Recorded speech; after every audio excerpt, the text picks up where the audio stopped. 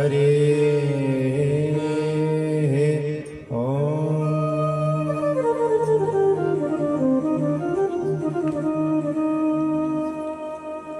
नमः परमहंसास्वादितचरणकमलचिन्मकरन्दाय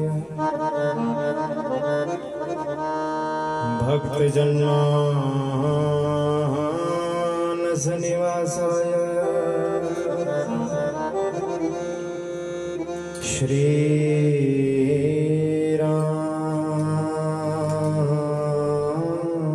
श्रीरामचन्द्राय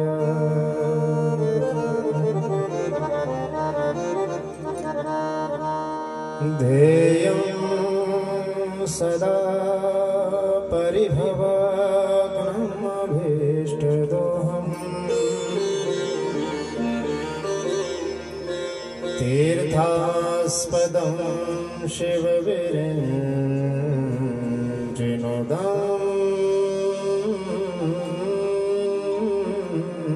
शरण्यम् वृत्यार्तिहन् प्रणतपालभवाब्धिपोतम् वन्दे महापुरुषे ते चरणारविन्दम्।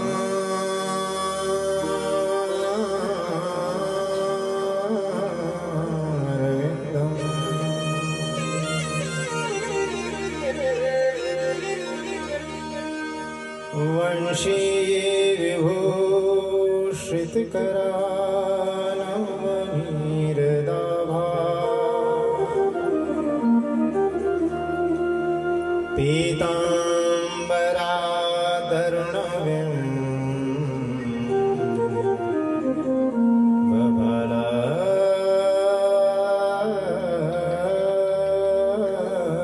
बभलाधरोष्ठा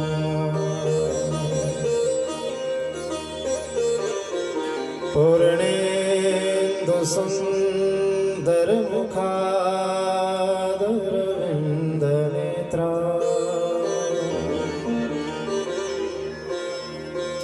कृष्णात् परं किमपि त्वमहं न जाने।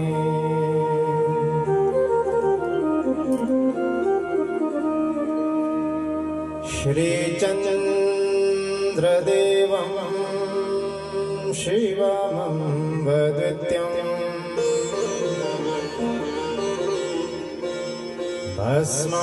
भस्मावलिप्तं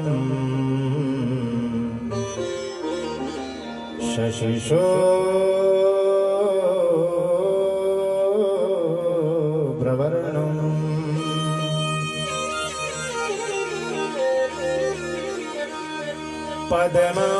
पद्मासनस्थं सुखदां यतीन्द्रम्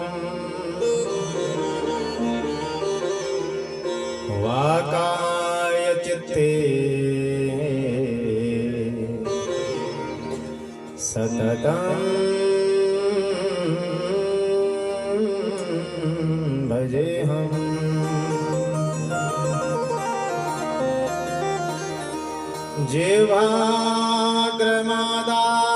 जिह्वाग्रमादाय करेण देवीं वामेन शत्रून् परिपीडयन्तीं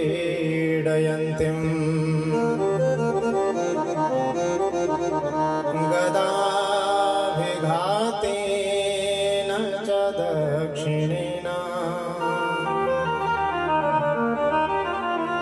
पीताम्बराढ्यां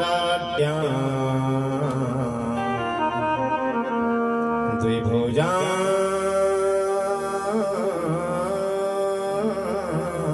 नमामि।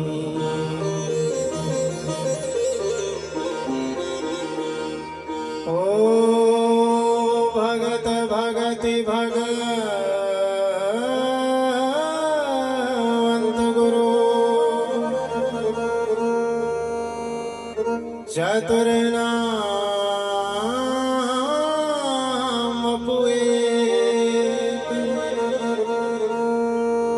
इनके पद वंदन करूं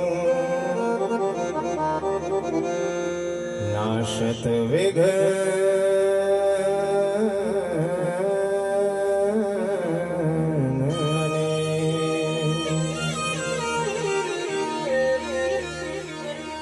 हो आइए हनुमंत जी विराजिए कथा कहूँ मति अनुसार प्रेम से गादी बैठो आइए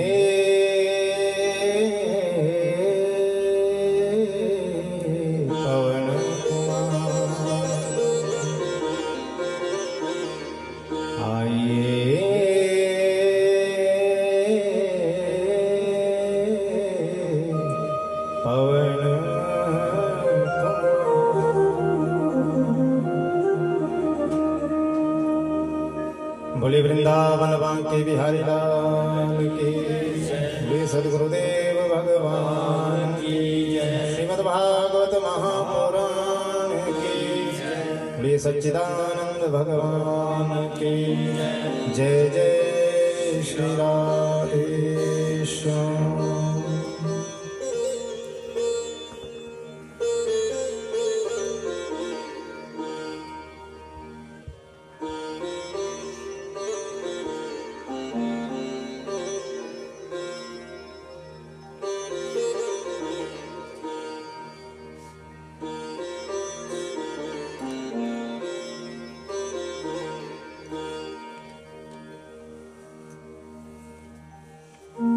जीवन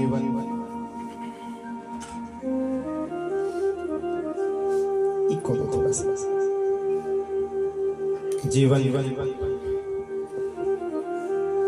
रस सार सिंधु सरोवर समुद्भूत पंकज कमल अद्वितीय मूर्ति निखिल जगन्नियंता शारंग पाणी पुण्य श्लोक शिखामणि अखंड जन्मयी दृष्टि से युक्त शुद्ध सत्वमय सर्वज्ञ परमात्मा स्वरूप निर्विकार आदि पुरुष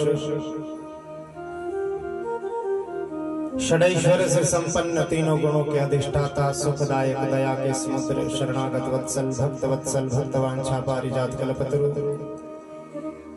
नंद नंदन यशोदानंद वर्धन चित चोर माखन चोर कृष्ण कन्हैया श्री बाल कृष्ण भगवान। बोले बाल कृष्ण भगवान की। और इन्हीं वेद वेदांत विद्यानंद कंद श्री कृष्ण चरण मकरंद मिलिंद महान भाव की वांग में प्रतिमूर्ति श्रीमद् भागवत महापुराण। बोले श्रीमद् भागवत महापुराण की। विघ्नकर्ता विघ्नहर्ता गणपति भगवान के चरणों में वंदन करते हुए प्रातः अर्चनीय वंदनीय पूजनीय श्री गुरु चरणारविंदों में नमन करते हुए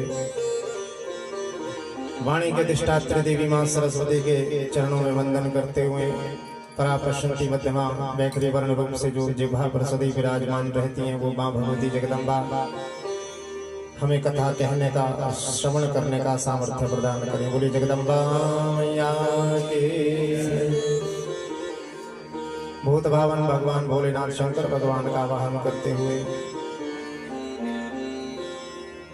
और मंडल पर आभय स्थापित पूजित समस्त देवी देवताओं के चरणों में प्रणति पुष्पांजलि। उपस्थित समस्त ब्राह्मण वृंद ज्येष्ठ श्रेष्ठ विद्वत वरेण्य आप सभी का व्यासपीठ से हार्दिक अभिनंदन। और जिस धराधाम पर प्रत्येक व्यक्ति के लिए प्रत्येक जीव के लिए साक्षात शिव और शक्ति का स्वरूप होते हैं, जो मेरे मार्गदर्शिता हैं, मेरे पथ प्रदर्शक है, मैं अपने माता पिता के चरणों में वंदन करता हूँ। बंधुओं, आपके इस प्यारे ग्राम में माता निशा शर्मा जी के माध्यम से इनके समस्त परिवार, सतीश जी, रमेश जी, इनकी धर्म पत्नियां, पुत्र, माता निशा जी की दोनों पुत्रियां, अंबिका शर्मा, बहन किरण शर्मा, इनके दोनों पति, जामाता कर्मकर्ता संचित शर्मा जी के और संपूर्ण बंधुओं के सहयोग से अनुपम भावमयी रसमयी दिव्य भगवान की अनुपम कथाओं का हम सभी लोग यहाँ बैठकर श्रवण कर रहे हैं। माध्यम है दिवंगत आत्मा बेटी स्वाति शर्मा, कुल गोविंद भगवान की। ठीक आज से 1 वर्ष पूर्व वो दिवंगत आत्मा इस धराधाम को छोड़कर परम धाम में भगवान के चरणों में विलीन हो गई, परम ज्योति में विलीन हो गई। माता की ये भावना कि वो दिवंगत आत्मा प्रभु चरणों को प्राप्त करे, आवागमन के संपूर्ण इस बंधन से मुक्त होकर परम धाम को प्राप्त करे। इस भावना से अपने इस प्रांगण में श्रीमद् भागवत महापुराण जो भगवान श्री कृष्ण का साक्षात वांग्मय स्वरूप है, प्राण प्रतिष्ठित करवा रखा है। बोलो गोविंद भगवान की जय। क्योंकि बंधुओं, भाग्य केवल यजमान परिवार का ही नहीं, उस पुण्य आत्मा का, उस दिवंगत आत्मा का भी कोई ऐसा पुण्य था, ऐसा कोई भाव था, जिन पितरों के आशीर्वाद से आपको ये सद्बुद्धि, ये सद्विवेक प्राप्त हुआ। क्योंकि अकेले इतना बड़ा कार्य करना बहुत मुश्किल होता है ना जी। जिसके ऊपर गुजरती है, जिसके ऊपर बीतती है, जानता तो वही है महाराज। जिसके घर से 2-2, 3-3, 4-4 महीने के अंदर, 4 महीने के अंदर, 3 महीने के अंदर ही 2 ज्योतियां धराधाम को छोड़कर चली जाएं, और इस सांसारिक संसार में भी ऐसी बुद्धि हो कि हम उन दिवंगत आत्माओं की निवृत्ति के लिए भागवत करवाएंगे, ऐसी बुद्धि बहुत कम लोगों की रह सकती है। दिमाग ठिकाने पर नहीं रहता जब ऐसा कभी किसी के साथ हो जाए। लेकिन ये तो माता श्री का ऐसा भाव है, अपने आप को इतना बलशाली बना रखा है, अपने हृदय को इतना मजबूत कर रखा है कि अपने संपूर्ण कर्तव्यों से पूर्ण होकर, ऋण होकर उस दिवंगत आत्मा के निमित्त ये पुण्यमयी अनुष्ठान करवा रही हैं। बोलो गोविंद भगवान की जय। तो उस दिवंगत आत्मा का भी भाग्य और आपका भी सौभाग्य, इसलिए हम कहते हैं क्या के भाग्योदीन बहु जन्म समर्जितेना सत्संगमं च लभते पुरुषो यदा वै अज्ञान हेतु कृतमोहमदान्धकारम् नाशं विदाहि ततो उदयते विवेका। एक जन्म का नहीं, जब जीव के अनंत जन्मों के पुण्य का उदय होता है ना, तब जाकर कहीं जीव को ऐसा सद्भाव, ऐसी सद्बुद्धि और भगवत कथाएं और सत्संग करने का सौभाग्य प्राप्त होता है।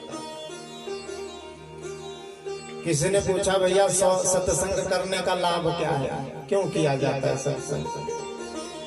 बोले सत्संग इसीलिए किया जाता है कि जो संस्कृति है ना, संस्कृति क्या है?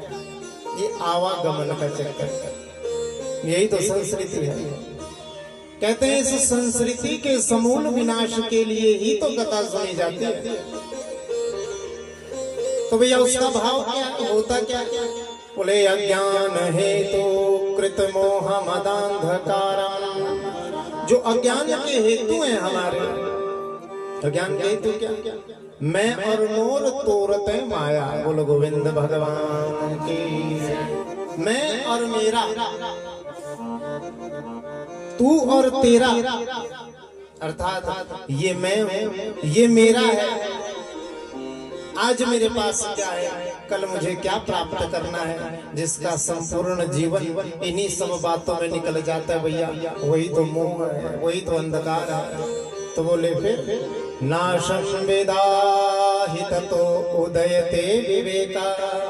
इन सब का नाश होता है और हृदय में विवेक पैदा होता है। बोले विवेक पैदा होगा, फिर क्या होगा? तो गोस्वामी तुलसी बाबा बड़ा प्यारा भाव रामायण में वर्णित करते हैं कि हो विवेक मोह भ्रम भागा। हो विवेक मोह भ्रम भागा। हो विवेक मोह भ्रम भागा।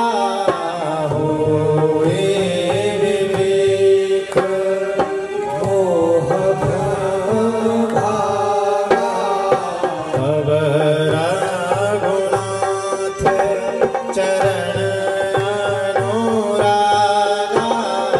तब रघुनाथ चरण अनुरागा। सखा परम परमारथ देहु। सखा परम परमारथ देहु। सखा परम परमारथ देहु। सखा परम परमारथ देहु। मन क्रम भजन राम पद नेहु। मन क्रम भजन राम पद नेहु। श्री राम जय जय राम।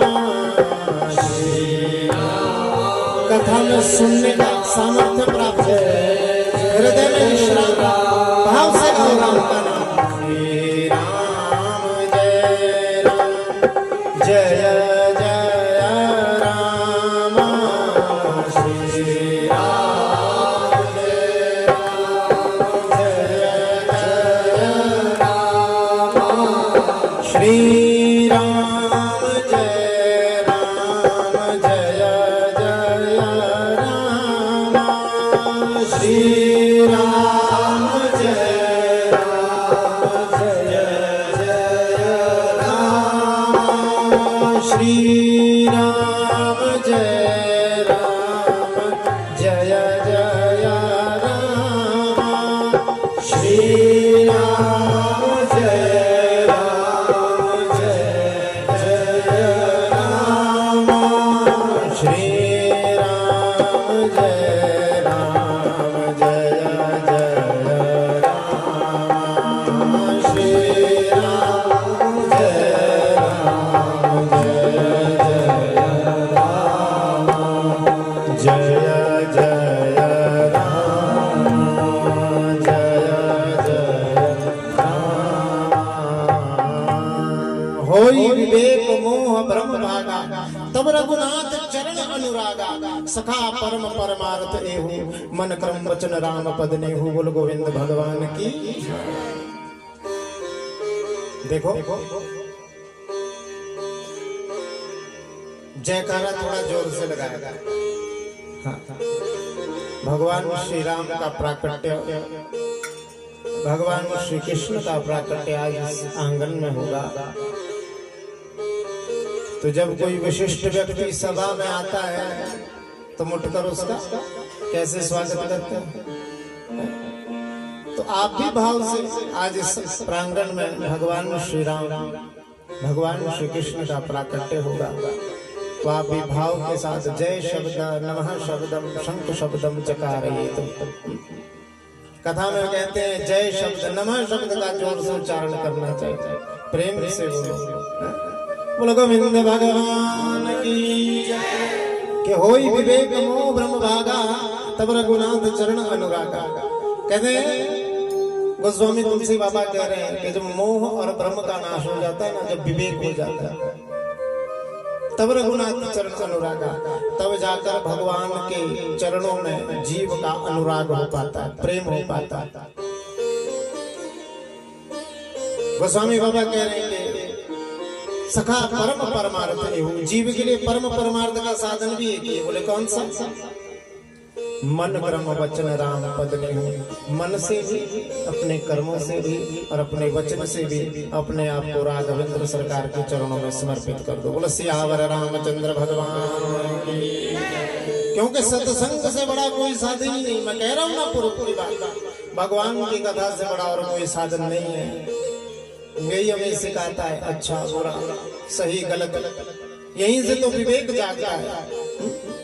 कबीरदास जी ने तो यहाँ तक कह दिया भैया सत्संग के विषय में के राम संदेशा भेजियो, के राम संदेशा भेजियो और दिया कबीरा रोए। जो आनंद सत्संग में सोवे कुंठ ना होए। संदेशा कबीरदास जी कह रहे हैं कि राम संदेशा भेजियो, कि राम जी ने संदेशा भेजा कबीर आ जाओ, बहुत हो गया। तो कबीरदास जी रोने लगे। दिया कबीरा रोए, पूछा चलोगे? बोले जाने को तो कोई दिक्कत नहीं महाराज, आप बुला रहे हैं जिस कार्य के लिए, जिसके लिए, जिसको प्राप्त करने के लिए जीवन भर जीव प्रयास करता है, भगवान की भक्ति करता है, सत्संग करता है ना? अब वही मुझे मिल रहा है तो मैं जाना क्यों नहीं चाहता। लेकिन एक बात बता दो ठाकुर, कहीं ऐसा तो नहीं कि आपके वहां आपकी कथा सुनने को प्राप्त होगी? बोले ना कबीर ये तो होगा नहीं। जब मुझे प्राप्त कर लिया तो फिर मेरी कथाओं का क्या लाभ? बोले यही तो आप गलती कर गए ठाकुर। जो आनंद सत्संग में, ठाकुर जो तो आनंद सत्संग में है, आपकी कथा श्रवण करने में जो आनंद है वो आनंद सो वैकुंठ ना होए। वो आनंद तो वैकुंठ भी में भी नहीं प्रभु। इसलिए रोने लगे कबीरदास जी। और देखो भाव भी कितना प्यारा है। जब भगवान श्री राम साकेत धाम जाने लगे ना, सबसे कहा कि चलोगे, तो सारे अयोध्यावासी राम जी के साथ जाने लगे। अंत में हनुमान जी की बारी आई। हनुमान जी से कहा चलोगे नहीं हनुमान? हनुमान जी ने कहा प्रभु जाने को तो कोई परेशानी नहीं, पर इतना बता दो क्या वहां पर सत्संग होता है? आपकी कथा सुनने को मिलती है? यही दशा यहाँ पर कबीरदास जी की भी है, जो दशा हनुमान जी की थी। बोले आपकी कथा सुनने को मिलती है? बोले ना, वहां तो हजारों फनों पे शेषनाग मुख से वेद को गाते हैं, वेदों की ऋचाओं को गाते हैं, मंत्रों को पढ़ते हैं। बोले ना ठाकुर हमको नहीं चाहिए ऐसा वैकुंठ, हम तो यहीं पर रहेंगे, आपकी कथा सुनेंगे और आपकी कथा सुन के आनंद की प्राप्ति मुझे हो जाए। बोलो गोविंद भगवान की। और तभी से हनुमान जी महाराज के यत्र यत्र रघुनाथ कीर्तनम तत्र तत्र कृत मस्तकांजलिं वाष्पवारि परिपूर्ण लोचनम मारुति नमत राक्षसांतकम। जहाँ जहाँ भी रघुनाथ कीर्तनम, रघुनाथ की कथा होती है, ठाकुर की कथा होती है, वहीं वहीं पर हनुमान जी अपने मस्तक को झुकाकर भाव से कथा सुनते। और क्या पता बंधु इस सत्संग में ही किसी ऐसे संत के दर्शन हो जाए, ऐसे किसी भक्त के चरण की रज हमारे माथे पर लग जाए कि हमारा यह लोक भी बन जाए और परलोक भी बन जाए। बोलो गोविंद भगवान की। ये लोक भी बन गया और परलोक भी बन जाए, और क्या चाहिए जीवन में? कि यहाँ पर सुख होगा,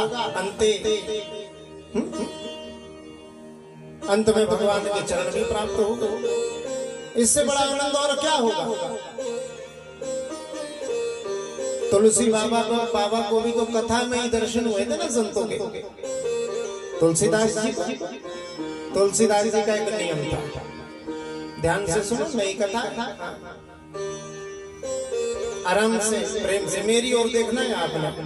2.5-3 घंटे, आज 3:30 से थोड़ा ऊपर भी हो जाए समय तो गालियां नहीं देना मेरे को, क्योंकि आज का कथा प्रसंग थोड़ा लंबा है। माता जी, एक दिन का तो हमने आपसे मांगी थी भैया, चौथे दिन को नहीं टोकना मेरे को। हाँ, आज जिसने जी भर के गाली देनी होगी बाद में दे लेना, अभी तो मेरे को देखो बस। बोलो गोविंद भगवान की। हाँ, प्रेम के साथ।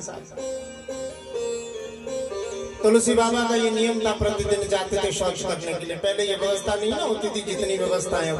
पहले तो जंगल दिशा ही जाना पड़ता था, हाथ में लोटा उठाया, जल का चल दिया दक्षिण की ओर, शौचादि से निवृत्त हुए, जो लोटे में जल बच जाता था उस जल को पेड़ की खोखर में डाल देते। प्रतिदिन का यही नियम था। सुबह जाते जो जल बनता वो वृक्ष की जड़ में डाल देते।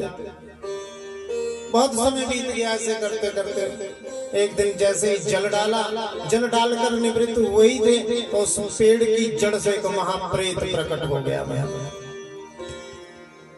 प्रकट होते उस तुलसीदास से कहा, उस प्रेत ने, अरे बाबा तुलसीदास,